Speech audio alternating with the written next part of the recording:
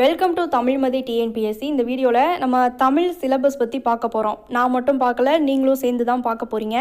இந்த தமிழ் சிலபஸில் என்ன கொடுத்துருக்காங்க அப்படின்ட்டு ஃபஸ்ட்டு பார்த்தீங்கன்னா இந்த டாபிக் கொடுத்துருக்காங்க.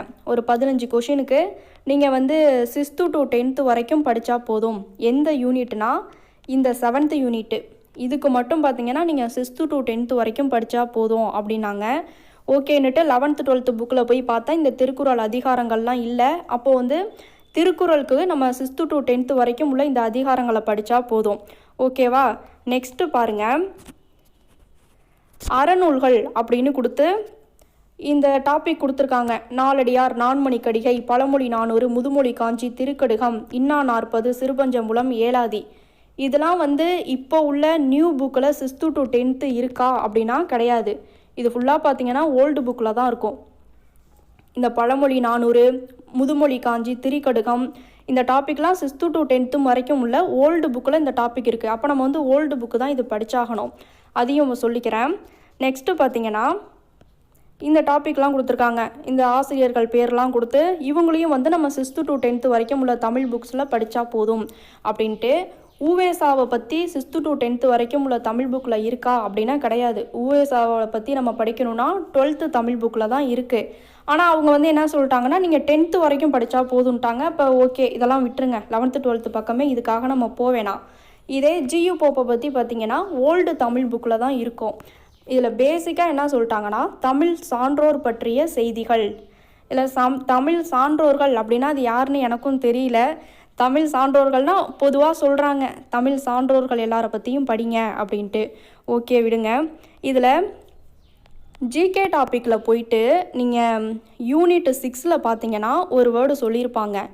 சங்க காலம் முதல் இக்காலம் வரை தமிழ் இலக்கியம் அப்படின்னு ஒன்று கொடுத்துருக்காங்க. அந்த யூனிட்டில், அந்த 6th யூனிட்டில் பார்த்தீங்கன்னா 20 கொஷினுக்கு இந்த சங்க காலம் முதல் இக்காலம் வரை தமிழ் இலக்கியம் அப்படிங்கிறத இந்த 20 கொஷினுக்காக கொடுத்துருக்காங்க. அப்போது தமிழ் இலக்கியம்னா என்ன? இலக்கியம்னுங்கிறது கண்டிப்பாக பார்த்தீங்கன்னா உங்களுக்கே தெரியும். இலக்கணம்னா கிராமர் பற்றி படிக்கிறது. இலக்கியம்னா சங்க காலத்துலேருந்து இப்போ வரைக்கும் யார் யார் வந்து புக்ஸ்லாம் எழுதியிருக்காங்க, இலக்கியங்கள்லாம் அதை பற்றி படிக்கிறது. இதுவும் பார்த்திங்கன்னா எனக்கு கொஞ்சம் புரியல. அப்போ நம்ம தமிழ் புக்கில் போய் என்ன படிக்கணும் அப்படின்னு பார்க்குறப்ப பார்த்திங்கன்னா இது நமக்கு புரியுது. இலக்கணம் 6th to 10th வரைக்கும் உள்ள இலக்கணம்னு இது கொடுக்கல.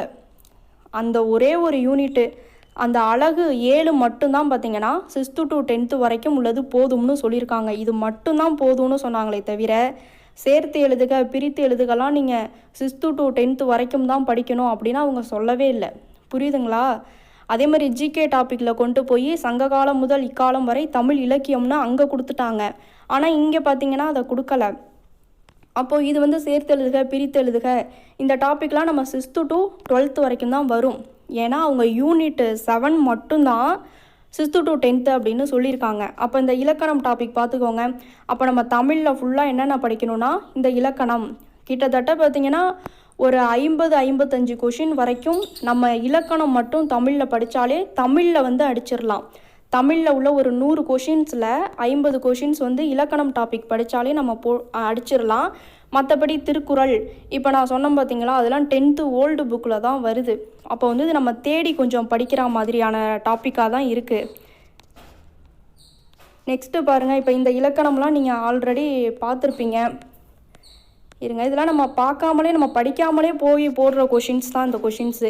சேர்த்து எழுதுக, பிரித்து எழுதுக, சந்திப்பிழை, குறில் நெடில் வேறுபாடு, இந்த லகர லகர லகர இதெல்லாம் பார்த்திங்கன்னா இதோடைய வேறுபாடு, இணை எழுத்துக்கள், சுட்டு எழுத்துக்கள், வினா எழுத்துக்கள், இதெல்லாம் நம்ம இலக்கணம் படிச்சுக்கிட்டே வரப்போ இதை பற்றிய ஒரு புரிதல் நமக்கு வந்துடும். ஒருமை பன்மை அறிதல், வேர்ச்சொல் அறிதல், வேர்ச்சொல்லிலிருந்து வினைமுற்று, வினையச்சம், வினையாளனையும் பெயர், பெயரச்சம் வகை அறிதல், அது மாதிரி எதிர்ச்சொல், இது பார்த்திங்கன்னா தமிழ் சொல், இதுவும் நம்ம படிக்கணும். இதில் பொதுவாக என்னென்னா இது வந்து 6th to 10th வரைக்கும் தான் நீங்கள் படிக்கணும் அப்படின்னா அவங்க இதை சொல்லலை, இந்த இலக்கணத்தை.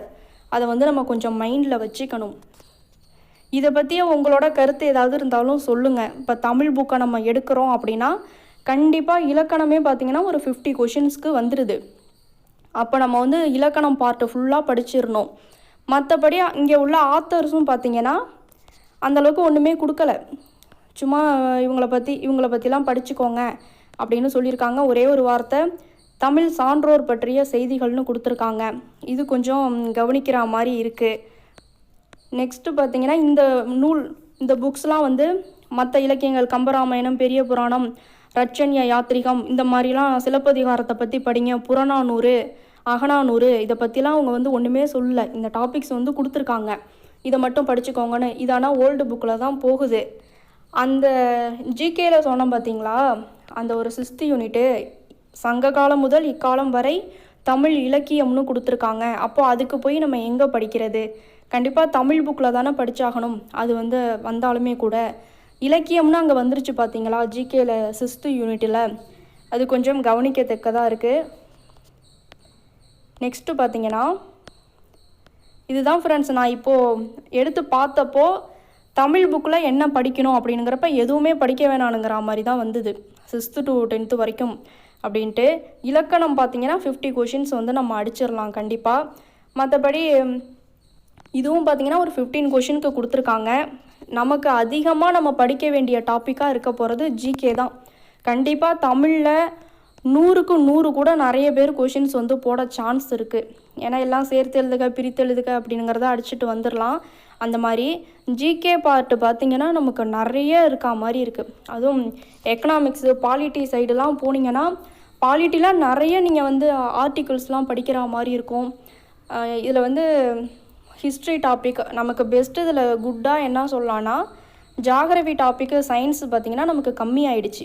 அதில் வந்து நம்ம நிறைய ஃபோக்கஸ் பண்ண தேவையில்ல. சயின்ஸ் புக்கை எடுத்து இப்படி ஓரமாக வச்சாலே நிறைய கம்மியாக இருக்கிற மாதிரி தான் தோணுது. முன்னாடி பார்த்திங்கன்னா சயின்ஸே வந்து ஒரு 15 கொஷின்ஸ்க்காவது வரும் 6th to 10th வரைக்கும் படிக்கணும் அப்படின்ட்டு. இப்போ வந்து இது 5 கொஷின் தானே அப்படின்னு சொல்லிட்டு இப்போ வேறு இதில் நம்ம ஃபோக்கஸ் பண்ணலாம். அதுதான் வந்து பாலிட்டி எக்கனாமிக்ஸ் தான் வருது. நெக்ஸ்ட்டு கரண்ட் அஃபேர்ஸு நம்ம நல்லா படிக்கணும். இந்த பற்றிய உங்களோட கமெண்ட்ஸு எனக்கும், நீங்கள் பண்ணுற கமெண்ட் வந்து எனக்கும் ஒரு புரிதலாக இருக்கும் இப்போ நான் சொல்கிறத வச்சு. ஓகே ஃப்ரெண்ட்ஸ், இதை பார்த்துட்டு நம்ம தமிழில் என்ன படிக்கணும் அப்படிங்கிற மாதிரி நீங்களும் ஒரு புரிதலுக்கு வாங்க. என்னத்தை தான் படிக்க சொல்கிறாங்க சிலபஸில் அப்படின்ட்டு. ஓகே ஃப்ரெண்ட்ஸ், தேங்க்ஸ் ஃபார் வாட்சிங்.